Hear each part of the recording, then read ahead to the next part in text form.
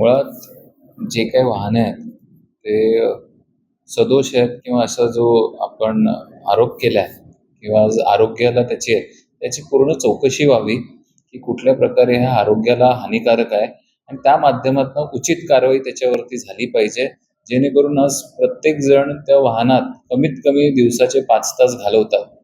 तर त्या माध्यमातनं त्या गोष्टी त्या व्यक्तीला पुरेपूर झाल्या पाहिजेत असं माझं मत आहे. आणि कुठे ना कुठे सगळ्यांनी त्याची बचतीचं काम झालं पाहिजे, पण आरोग्याला खेळ न करता. त्यानंतर एम-एस डिपार्टमेंट संदर्भात महापौरांकडून जे स्थापन करण्यात येते, तर त्याच्यावर देखील किशोर पेडणेकर यांनी टीका केली. MS डिपार्टमेंटचं म्हणजे भरती संदर्भात जे चालू आहे ना महापौराच्या काळात, हां हां त्याच्यावर आज जे काही महापौरांचा जो प्रस्ताव आलाय स्थायी समितीमध्ये, आज प्रत्येकाने त्या बाबतीत निरीक्षक केलं पाहिजे. आणि आज एकंदरीत आपण मुंबई महानगरपालिकेची बचत कशी झाली पाहिजे हे सगळ्यांनी, आज आम्ही एक एक त्याचे संचालक आहोत, ट्रस्टी आहोत, आणि त्या माध्यमातून आज मुंबईकरांनी जो विश्वास आमच्यावरती दाखवलाय त्या माध्यमातून सगळ्यांनी बचत कशी झाली पाहिजे, मग तो 1 रुपया असो किंवा 1 करोड असो किंवा 100 करोड असो, प्रत्येकाची बचत झाली पाहिजे. महापौरांनी म्हणजे ज्या प्रकारे गाडी खरेदीवर विरोधक बोलत आहे, मात्र महापौरांची काही वेळा पत्रकार परिषद झाली, त्यांना म्हटलंय की काही जेव्हा मिटिंग झाली त्यावेळेस सुद्धा किशोर पेडणेकरांनाच मागणी केली होती की मला त्रास होते म्हणून नवीन गाडी देण्यात. हां. आज प्रत्येक जण प्रत्येकाचं काही म्हणणं आहे ते कधी कोण मांडतं हे कळत नाही. आज राजकारणात आज एक बोलतात आणि उद्या एक म्हणतात. आज विरोधकांनी पण त्यांचं शब्दाला मान राखला पाहिजे. जर बोलला त्रास होतो तर त्याच्यावरती अडून राहिलं पाहिजे आणि याच्यात गैर नाहीये काय. जर आरोग्याच्या संबंधात जर तडजोड केली नाही गेली पाहिजे आणि ज्या नवीन गाड्या आल्यात ते कुठे ना कुठे कोण ना कोणतरी वापरणार, याचा अर्थ पूर्णपणे ते फुकट जाणार नाहीयेत. पण जर कुठे ना कुठे जर त्याच्यामध्ये पण जर आपण बचत करू शकलो तर सगळ्या पक्षांनी त्याची बचतीचा कार्यक्रम केला पाहिजे. हे विषयासाठी उपमहापौर आपल्या पक्षाचे आहे, मात्र त्यांना बंगल्यासंदर्भात मागणी केली होती. मात्र आयुक्तांकडून ती मागणी फेटाळण्यात आलेली. आज आयुक्तांनी बंगल्याची जी काय त्यांची मागणी होती ती फेटाळली नाहीये. त्यांना जो एक स्पेसिफिक बंगला पाहिजे होता त्याची मागणी त्यांनी फेटाळली आहे.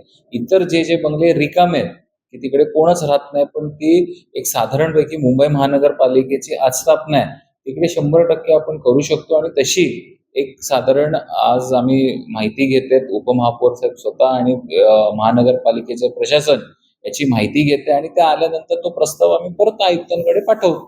आज गुरुपौर्णिमा आहे, तुमच्या गुरुंना आज सर्वस्व आमचे हिंदू हृदय सम्राट शिवसेना प्रमुख श्रीमान बाळासाहेब ठाकरे, आमचे गुरुवर्य धर्मवीर आनंद दिघे साहेब आणि सगळ्यांचे कैवारी माननीय शिंदे साहेब यांना आम्ही गुरुपौर्णिमेच्या खूप खूप शुभेच्छा देतो. आणि आज त्यांनी जे घडवलंय प्रत्येक शिवसैनिकाला आणि शिवसेनेचं जे काही बाण आहे तो शिंदे साहेब जपून आहेत आणि जो धनुष्य आहे आज त्यांनी जो उचललाय त्याच्यामुळे आज शिवसेना टिकून आहे.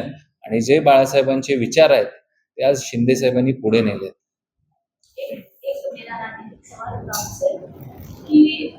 कांग्रेस पार्टी की जो NSUI जो कमेटी है वो दादा भूसे के इस्तीफे को लेकर मांग कर रही है। तो कहीं कहना है कि बेरों के काम को लेकर सारे जो, जैसे कि दादा भूसे की अभी यहाँ शिक्षण मंत्री है, तो उन्होंने जो बेरों का काम है उसमें सारे टीचर्स को वहाँ लगा दिया है और जो पढ़ाई का काम हो रहा है वहाँ बच्चे लोग को पढ़ाई नहीं करवाई जा रही क्योंकि टीचर्स सारे बेरों के काम में लग गए। तो उन लोगों का ये मांग है कि दादा भूसे जी को अपने पद से इस्तीफा दे देना चाहिए और उन्होंने अल्टीमेटम भी दिया है कुछ 10 दिनों तक, नहीं तो वे भी आंदोलन करेंगे जैसा कि दिल्ली के जंतर मंतर पर हुआ है। इस पर आप क्या कहना चाहिए? कांग्रेस और NSUI की जो दिमागी हालत है बहुत ही खराब हो गई है। ये भूसे साहब ने नहीं किया, ये इलेक्शन कमीशन ऑफ इंडिया ने ये सब निकाला है। उसमें कोर्ट का ऑर्डर भी है कि शिक्षक और जो लेबर्स और जो ऑफिसर्स है उन्होंने BLO और इसका ड्यूटी होना चाहिए SIR के माध्यम से। ये कोर्ट का और इलेक्शन कमीशन का है, इसमें दादा भूसे की इसमें क्या है? तो उनकी जो एक तकनीकी बुद्धि है इससे साबित होती है कि कांग्रेस की पीछेहट क्यों हो रही है और लोग उनको एक्सेप्ट क्यों नहीं कर रहे। ये एक सादा सीधा सोल्यूशन है और इसमें कोर्ट का भी ऑर्डर है किसका राजनीति में क्या फायदा लेना चाहिए। जेनजी के प्रोटेस्ट में ये जो विरोधक अभी जो उस पे फायदा ले रहे हैं, अपने हाथ सेक रहे हैं, कभी ना कभी जेनजी उनको इनकी औकात दिखाएंगे।